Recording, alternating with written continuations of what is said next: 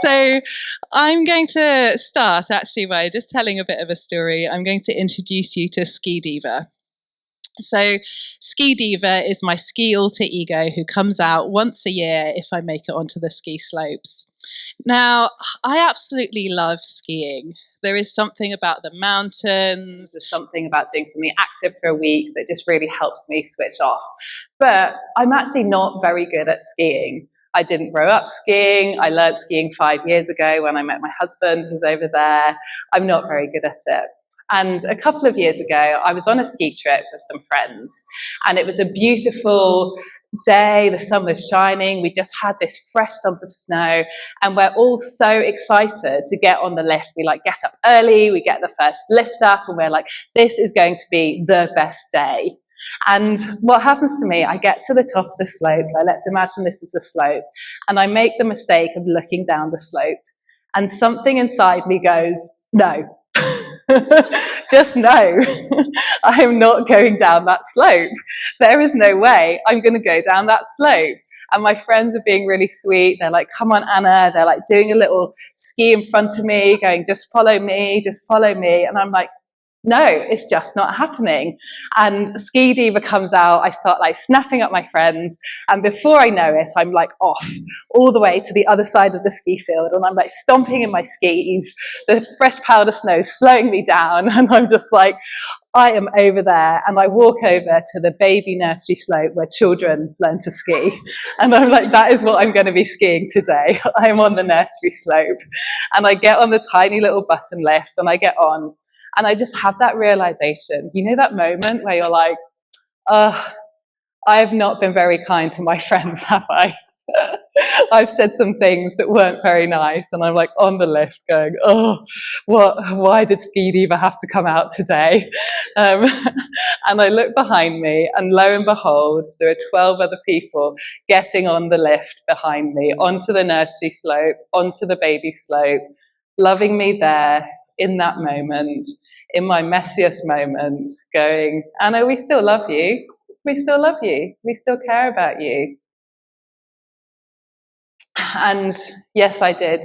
I did send them back to go on proper runs while I did the baby runs and got my confidence back. So why am I telling you this story this morning? We're starting a mini-series on how to love each other well as we move into April.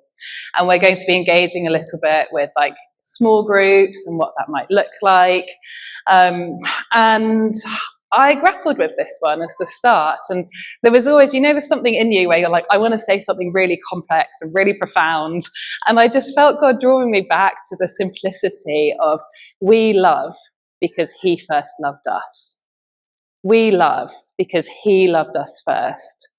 And we're just going to start with this. We're going to start with God's amazing, profound, there's the verse, amazing, profound love for us that loves us in our messy moments where Ski Diva comes out. God's love is there for us in the here and now, in the messiness of our lives. And we're going to start with looking at Jesus. I love how Jesus models this. He models it so well in His time on earth. So we're going to start with this. And I'm going to read the Bible passage. If we could have that up, that would be great. There we go. Now, He had to go through Samaria. So He came to a town in Samaria called Sychar, near the plot of ground Jacob had given his son Joseph. Jacob's well was there, and Jesus, tired as he was from the journey, sat down by the well. It was about noon. Don't you love the humanity of Jesus there? He is in a human body and he's tired and he sits down. When a Samaritan woman came to draw water, Jesus said to her, "Will you give me a drink?" His disciples had gone into town to buy food. The Samaritan woman said to him, "You are a Jew and I am a Samaritan woman." And in some translations it says, "You are a Jewish man and I am a Samaritan woman." And we'll come on to that in a second. "How can you ask me for a drink? For Jews do not associate with Samaritans." Jesus answered her, "If you knew the gift of God and who it is that asks you for a drink, you would have asked Him and you would have been given living water." "Sir," the woman said, "you have nothing to draw with and the well is deep. Where can you get this living water from? Are you greater than our father Jacob, who gave us this well, drank from it himself, as did his sons and his livestock? Sometimes I wish the Bible had like a reader for what the tone was, but to me this sounds a little bit sarcastic, right? Jesus answered, everyone who drinks this water will be thirsty again, but whoever drinks the water I give them will never thirst. Indeed, the water I give them will become in them a spring welling up to eternal life. The woman said, Sir, give me this water, that I won't get thirsty and have to keep coming here to draw water. He told her, Go call your husband to come back. She said, I have no husband. Jesus said to her, You are right when you say you have no husband. The fact is, you have had 5 husbands, and the man you have now is not your husband. What you have said is quite true. Sir, the woman says, I can see that you are a prophet. Our ancestors worshipped on this mountain, but you Jews claim that the place where we must worship is Jerusalem. Jesus goes on, it's quite a long passage, I'm just going to paraphrase slightly. Jesus goes on to just explain that the Father is coming, that God is spirit, that worshippers will be able to worship anywhere. And then he ends with this saying, Jesus declared, the one speaking to you, I am he, I am the Messiah. So he reveals a really profound truth about himself in that passage. So yeah, let's get stuck in. So there's a lot in this passage, and in many ways we could create a whole preaching series around it, which we're not going to do. But let's just start with this. Like, Jesus broke all of the social rules to even just speak to this woman. And I think we can easily read this and be like, yeah, Jesus had a conversation with the woman. He was breaking the social rules of the time, which meant you don't associate with a Samaritan. Jewish men wouldn't even have made eye contact with a Jewish woman. They definitely wouldn't have had a conversation with them and asked them to help them and have a glass of water. But Jesus broke through those boundaries, and he loved the woman, and he broke through, and he was like, I see you. I'm going to reveal some of you, some of who I am, and I'm going to make time for you. Isn't that beautiful? He's not just going with the rules of the time. He's going, no, I see you. And then above all of that, I love this bit where he's like, you are right when you say you have no husband. The fact is, you have had 5 husbands, and the man you have now is not your husband. What you've said is quite true. And we might have expected Jesus to follow up with, and now go and change your life around. But he actually doesn't in this instance. And there are other instances where he does. But in this instance, he doesn't. She might change her life around, she might not. But we actually don't know. We don't know what happens there. He loves her right there, right now, in that moment, and shows this by giving her his time. And I think there's something powerful when Jesus comes into our lives. He comes into the thing that maybe we're feeling most ashamed of, that we like least about our lives, and goes, no, my son, my daughter, you are loved right here, right now, in the middle of the messiness of your life. You don't have to do anything. You don't have to strive. You can just be, and you can just be loved. And I think sometimes this is the gospel story, right? It's love we haven't earned. It's love we don't deserve. Love right here, right now, in the messiness of our lives. And I think sometimes we can talk about grace, and then we sneak in this little measuring stick. And this is it's a bit of a caricature, but I think it's important for us to get back to this, because whether we've known Jesus for one day or we've known Jesus for 55 million years, we will always be learning more of his love for us. We will always be learning more of what he has got for us. So sometimes we talk about grace, but we sneak this little measuring stick in. This is one that I got on a school exchange from France, like a few years ago. I found it in my drawer. Anyway, it's here. And we can often go, like, if I do this, then I'm good. And if I do that, I'm bad. And then we draw this imaginary line on here where we're like, I need to do these things to feel good about myself. And sometimes it's our own internal dialogue. Like, it's not always God, we feel like God's saying it. Sometimes we're saying it to ourselves, right? But we draw this like little imaginary line where we're like, this makes me good, this makes me bad. But the truth is, on any given day, We all have parts that feel shiny. We have parts that feel messy, but we are defined by love. So let's take my morning today. I woke up, I felt a bit nervous because I haven't preached for a long time, and that felt a bit messy to me. I was like, oh, I want to be all together. I want to be like calm, collected, relying on the strength of the Lord, like all of these things. So I felt a little bit messy in that. But then I also spent a bit of time in worship. So I was like, yeah, I feel good. I've spent some time in worship. I feel good about that part. But does that make me good or bad? Does that make me messy or shiny? We actually get to take the measuring stick and toss it. And instead, we get to come back to his love. And we get to remember that every single person here, every single one of us, right here, right now, I don't know where you're at. I don't know where you've come from this morning. I don't know what you've been up to this week. But no matter what, we get to toss that on the floor and we get to go, I'm not defined by that. I'm not defined by my actions. I'm defined by the love of the Lord who sent his only son to die for me. And in some ways we know this, we've heard this before, but I think there's something about us letting that drop from head to heart, and that is a lifelong process, from head to heart of going, no, I want to engage with that love. I don't want to be passive, I want to engage with it, and I want to run after the love that God's got for me, because he ran after me first.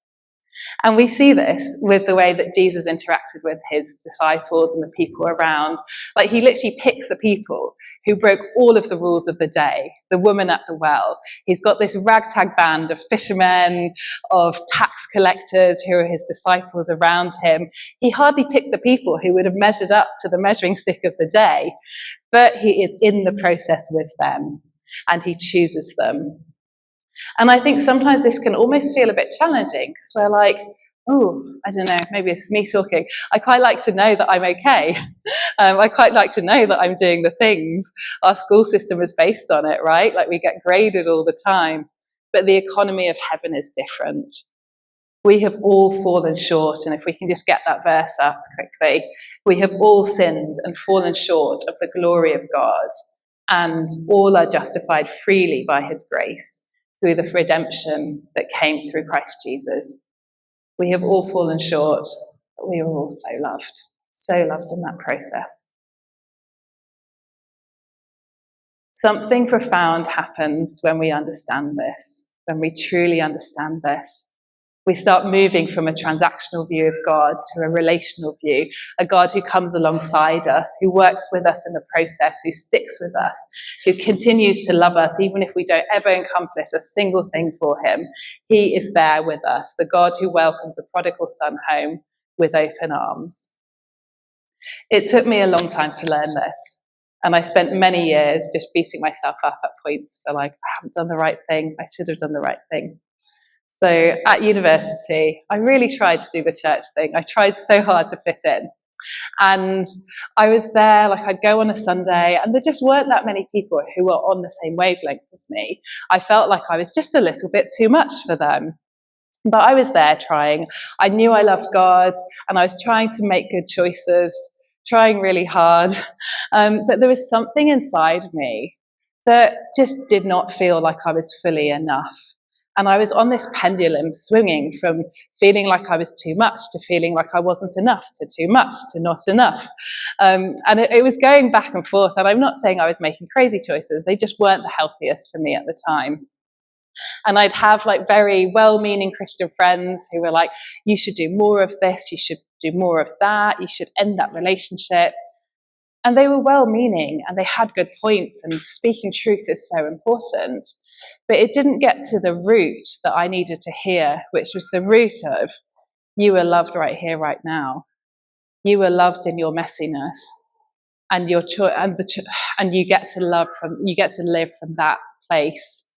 That was what I needed to hear at the time. And the more I've learned to let God into all of those places, the more my choices have changed, the more I've been able to make good choices and stick to them. But it was out of a place of love rather than out of a place of doing the right things, out of a place of striving. And it's taken me time to unravel my beliefs of God, and honestly, I'm still in that process. I was processing this while I was writing the preach. Having a small baby, 5 months old, I haven't always had as much time to read my Bible, to worship, all of those things. And I was like, God, are you okay with me doing this preach? And I just felt him smile. I felt his warmth and his smile. And he's like, Anna, do you want to check what you're preaching on? And I was like, yeah, fair point, fair point. Let's check what I'm preaching on.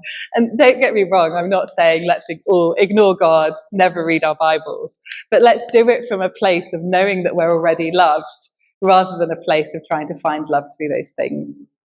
So back to the topic of our sermon series.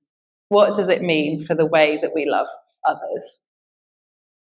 The more we know God's love for us, the more we start living out of the overflow of love when it comes to loving others, the more we will be doing that. We will be living out the overflow when it comes to loving others. This is how the woman ended up being one of the first evangelists in the Bible. She went straight back to the town. She told everyone what she had just heard, despite being a woman in a culture where actually her testimony wasn't believed, despite her likely being an outcast in that culture. She went back and she was like, I can't help, but I just need to tell people about Jesus. That's what I need to do. And she was just so overcome by that encounter that she was out of the overflow, just running and telling people. The more we know God's love for us right here, right now, the more we get to pass this gift on to others and love like Jesus did that day. That love that broke through the rules and boundaries of who to speak to, who not to speak to. That love that chose someone who had a life that at the time, like that felt really messy at the time. He broke through that and went, actually, I'm going to love you in the here and now. So creating spaces for people to be fully seen, fully known, fully loved, no matter where they are at, whether that's on a Sunday, whether that's as we start thinking about small groups, whether that's people we encounter day to day. Let's make those spaces for people. And in many ways, I'm not saying this because this is something that ChristChurch doesn't do. I see so many great examples of this day to day. But I firmly believe the more we let his love into us, the more we know his love in the here and now, the more it will naturally flow out of us, the more we will naturally start doing stuff. And there is always more, because there is always more of his love for us. And the beauty here is that we're all a work in progress. It's clear from the story that God is not looking for perfection from us either. We get to be imperfect together, loving each other the best we can, owning when we get it completely wrong, because we will get it so wrong at times, we really will, knowing that we are loved the same either way. How are we doing for time, Nathan? Are we good? Okay. Great. So, question here, like, what about speaking truth? I don't want to end this talk thinking that we all just love, love, love with no boundaries, no sense of what's healthy, no sense of ownership and us repenting and all of that. That is not the truth. Jesus was very punchy at points. Paul was definitely very punchy at points. Just read the letter to the Corinthians. Like, he does not mince his words. But the power comes in when we do it out of that place, again, that place of love. I feel like I've said love a lot of times in this talk. So I'm just going to end with an example of someone who actually just modelled this really well last year. And I think it's just nice sometimes to hear stories about that. So those of you who've been a bit longer know that I was co-warden with Nathan during the vacancy. Feels like a while ago now, and very involved in leading the church. And as part of that, we had one day where John, who's over there, I did prime him that I was giving a story about him, put some time in our diaries. And we both knew there was something that he disagreed with. And I'll be honest, I was dreading the conversation a little bit at that point. I was pregnant, I was hormonal, I was just like, today is not the day to have that kind of conversation. I don't want to do it. But we put time in. We met up early on a Tuesday morning, and we went upstairs into the office at the top of the cafe. And I actually can't remember exactly what John said that day, but what I do remember is his tone. I remember him communicating to us that he cared about us, that he saw us, that he saw everything that we were doing. I remember him communicating that he appreciated all the work and effort that we were putting in. And it was from that place that he spoke truth. It was from that place where he didn't mince his words. He was very clear about what he disagreed with, but it was from a place of love. And it was from a place of us having just in many ways like encountered the heart of God that day. And I left actually feeling energized from that conversation, which I hadn't expected. And John prayed for us that day, and we closed in prayer. And I was like, I feel like I've learned something about the heart of God. That when God calls stuff out in us, he does it in a way where it calls us higher, where it energizes us, where we're like, actually, I know that I can do something better, rather than a way where it presses us down and we feel like, oh, I feel really crap about myself. And so I'm going to just end with the verse that we had up at the start. If we can just have that back up. The verse on we loved because he first loved us. And if we can maybe just get the band back up again as well, that would be awesome.